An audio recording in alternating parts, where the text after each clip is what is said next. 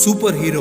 दोस्तों, super hero शब्द सुनते ही आपके दिमाग में ये सारी तस्वीरें आएगी, जैसे कि सुपरमैन, स्पाइडरमैन, बैटमैन या फिर कई और। वैसे ही हमारे एक रियल लाइफ सुपर हीरो थे मिसाइल मैन। यह शब्द सुनते ही आपके आंखों के सामने जो तस्वीर आती वो व्यक्ति है एपीजे अब्दुल कलाम साहब। हाँ, सही सुना दोस्तों, हम इस वीडियो में बात करेंगे मिसाइल मैन कहलाने वाले अब्दुल कलाम जी की और उसकी ये बात जो बहुत कम लोग जानते हैं। तो चलिए वीडियो शुरू करते हैं। दोस्तों, ये बात है 1997-98 की, जब इंदिरा कुमार गुजराल भारत के प्राइम मिनिस्टर थे। हालांकि उन्हें एक कमजोर प्रधानमंत्री के रूप में लोगों से खुद ताने सुनने पड़ते थे, और फिर इन तानों से बचने के लिए उन्होंने फैसला किया कि वो पूरी दुनिया को दिखा देंगे कि उनकी पार्टी सुरक्षा को कितना ज्यादा महत्व देती है। उसके बाद उन्हें एक ऐसी व्यक्ति की तलाश थी जिससे वो ये बात साबित कर सके। फिर उनकी तलाश मिसाइल मैन के नाम से मशहूर एपीजे अब्दुल कलाम पर खत्म हुई। फिर उन्होंने एपीजे अब्दुल कलाम को भारत रत्न से सम्मानित करने का फैसला किया। दरअसल 1952 से सीवी रामन को छोड़कर किसी भी और वैज्ञानिक को इस सम्मान के लायक नहीं समझा गया। हालांकि इस बात की खबर जब अब्दुल कलाम को इस बारे में पता चला कि उसे भारत रत्न के लिए चुना गया है, वो खुश हुए और नर्वस भी। नर्वस इसलिए क्योंकि समारोह में पहन के जाने के लिए न ही उनके पास अच्छे सूट थे और न ही जूते। फिर उन्होंने ये बात अपने कलीग, अपने मित्र, महान रॉकेट वैज्ञानिक सतीश धवन से कही। हालांकि सतीश धवन पहले यह सुनकर हंस पड़े। फिर उन्होंने अब्दुल कलाम से कहा, तुम पहले से ही सफलता के कपड़े पहने हुए हो, तुम ऐसे ही समारोह में चले जाओ, तुम्हें दिखावे की कोई जरूरत नहीं, तुम जैसे हो वैसे ही ठीक हो, उसी तरह समारोह में जाना। हालांकि एपीजे अब्दुल कलाम ने जुगाड़ करके सूट तो बनवा लिया, पर फिर भी वो समारोह में अनकंफर्टेबल थे। वो अपनी टाई को बार बार हाथ लगा रहे थे। और दोस्तों, शायद ये बात आपको पता ना कि एपीजे अब्दुल कलाम चमड़ों के जूतों की जगह हमेशा स्पोर्ट्स शूज पहनना पसंद करते थे। और दोस्तों, इसी तरह की एक बार की बात है, एक बैठक के दौरान इंदिरा गांधी ने अब्दुल कलाम का परिचय अटल बिहारी वाजपेयी से करवाया। लेकिन परिचय के दौरान उन्होंने कलाम से हाथ मिलाने के बजाय सीधे गले लगा लिया। और यह देखकर इंदिरा गांधी ने शरारती मुस्कान के साथ वाजपेयी जी से कहा, अरे अटल जी, ये कलाम तो मुसलमान है। और वाजपेयी जी ने इसका जवाब देते हुए कहा, ये अब्दुल कलाम ना हिंदू ना मुसलमान है, ये एक भारतीय और वैज्ञानिक महान है। हालांकि इन इवेंट के कुछ दिनों बाद जब अटल बिहारी जी प्रधानमंत्री बने तो उन्होंने अब्दुल कलाम को न्योता दिया अपने मंत्रिमंडल में शामिल होने का।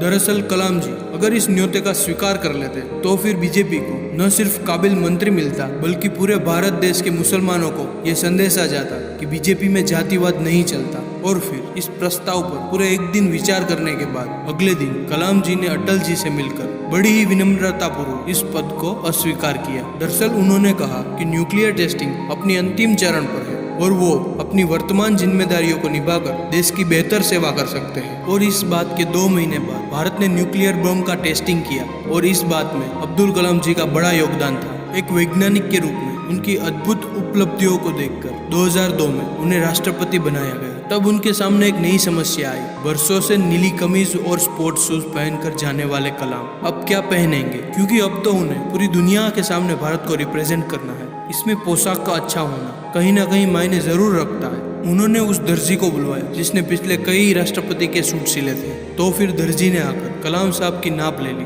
और उनके लिए सूट सिल दिए जिसके गले बंद हुआ करते थे। और आजकल प्रिंस सूट के नाम से ये सूट जाने जाते हैं। हालांकि कलाम ये सूट पहनकर बिल्कुल भी खुश नहीं थे। वो कहते थे, इस सूट में ऐसा लग रहा है जैसे मुझे सांस लेने में परेशानी हो रही हो। और इसी वजह से उसके दर्जी ने सूट के गले के पास से थोड़ा कट लगाया। और दोस्तों, ऐसे ही एक समय की बात है, अपने परिवार के करीबन 52 सभ्यों को उसने दिल्ली आमंत्रित किया था। वो सभी लोग 8 दिन राष्ट्रपति भवन में रुके थे। और फिर जब वे लोग अपने घर वापस चले गए तो अब्दुल कलाम जी ने एक लिस्ट बनाया उनके रहने, खाने पीने और घूमने के सारे खर्चों का। और वो सारे खर्चों का बिल उसने अपने खुद के पर्सनल अकाउंट से पे किए। वैसे तो आज के कई सारे नेताओं को भ्रष्ट माना जाता है, क्योंकि जनता के लिए कम और अपनी जेब भरने के लिए वो ज्यादा काम करते हैं। और अगर उन्हें कहीं से भी मौका मिल जाए तो वो लोगों को लूटने में लग जाते हैं। तो बात ये है कि डॉक्टर कलाम जैसे राष्ट्रपति शायद ही हमें दोबारा मिले। तो फिर से शुरुआत की बात पे आते हैं। अपने परिवार को राष्ट्रपति भवन में ठहराने के लिए सारे खर्चों का चेक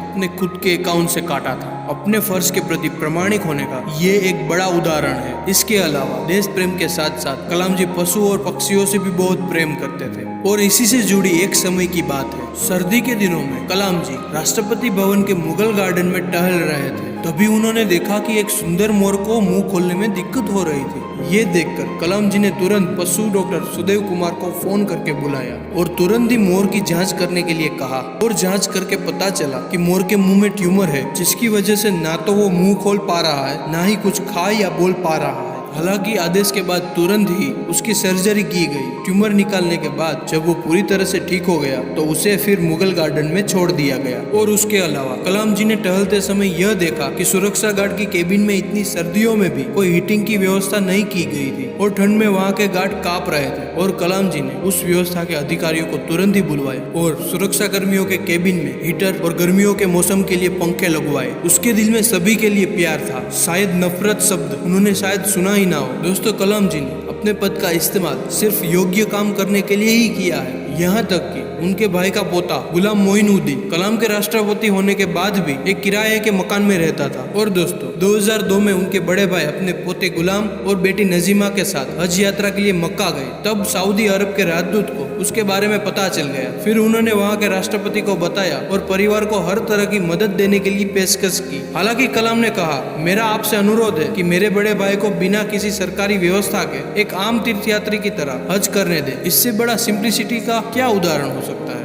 2002 से 2007 तक अपने राष्ट्रपति पद की सारी जिम्मेदारी कलाम जी ने बखूबी निभाई। अब उनकी उम्र काफी ढलने लगी थी। इस उम्र में आकर हर व्यक्ति आराम करने की सोचने लगता है, पर यहाँ पर कलाम साहब ने ऐसा कुछ नहीं सोचा। वो कई जगहों पर प्रोफेसर के दौर पर कार्यरत रहे, अपना पूरा समय नवयुवकों के मार्गदर्शन में लगा दिया। मानवता की भलाई और मनुष्य जीवन अधिक सफल बनाने के लिए अब्दुल कलाम जी ने अपना पूरा जीवन समर्पित कर दिया। और 27 जुलाई 2015 को अध्यापन के दौरान उन्हें दिल का दौरा पड़ा और वो हमें छोड़ के चले गए। दोस्तों, अब्दुल कलाम जी का यह कहना है, जीवन में कठिनाइयां हमें बर्बाद करने नहीं आती है, बल्कि वो हमारी छुपी हुई सामर्थ्य और शक्ति को बाहर निकलने में हमारी मदद करती है। कठिनाइयों को ये जान लेने दो कि आप उससे भी ज्यादा कठिन हो। और इन सभी बातों से आपको ये अंदाजा आ ही गया होगा कि हमारे मिसाइल मैन कहलाने वाले अब्दुल कलाम जी किस तरह के इंसान थे। अगर ये वीडियो अच्छी लगी तो शेयर जरूर करें और इसी तरह के इंटरेस्टिंग वीडियो देखने के लिए हमारे चैनल को सब्सक्राइब जरूर करें। आपका कीमती समय देने के लिए